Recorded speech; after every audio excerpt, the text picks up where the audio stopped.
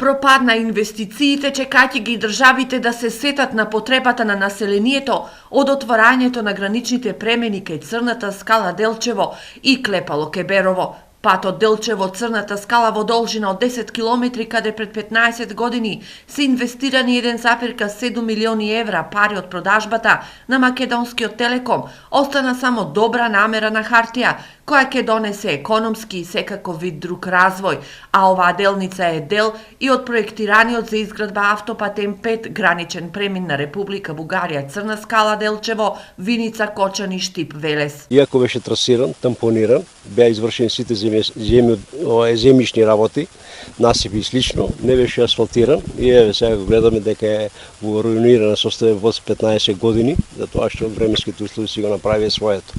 Иначе овој пат е многу значаен за регионот, не само за Пијанец, него и за Малеш, Источна Македонија, за тоа што го скратува патот од Делчево, Берово, Каменица Македонска, Кочани и така натаму према Софија за скоро 40 и повеќе километри.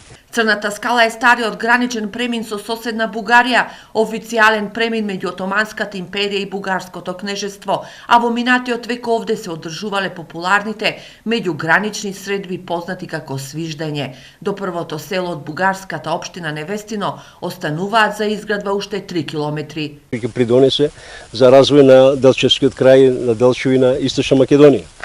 Тоа е едното. Другото, ќе има сигурно повеќе културни средби меѓу граѓаните, поголемо запознавање и едноставно поблиско до Европа. И отворањето на граничниот премин Клепало го чекаат беровци. Овде пак е завршена целата инфраструктура потребна за еден граничен премин.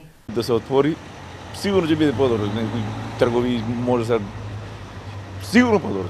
Чувствуваме ја затвореноста на населението, за да поминеме треба или на Ново село Струмица или Делчево. Тоа е прилично долго, а од друга страна царинарницата е изградена со средства од бивша Југославија. Клепало е на 15 километри од Берова, а бугарско Струмјани до Клепало треба да асфалтира уште 8 километри.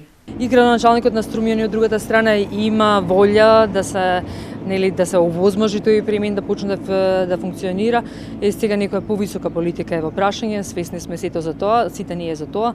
Се надеваме дека ќе дојде до придвижување и со моменталната политичка состојба.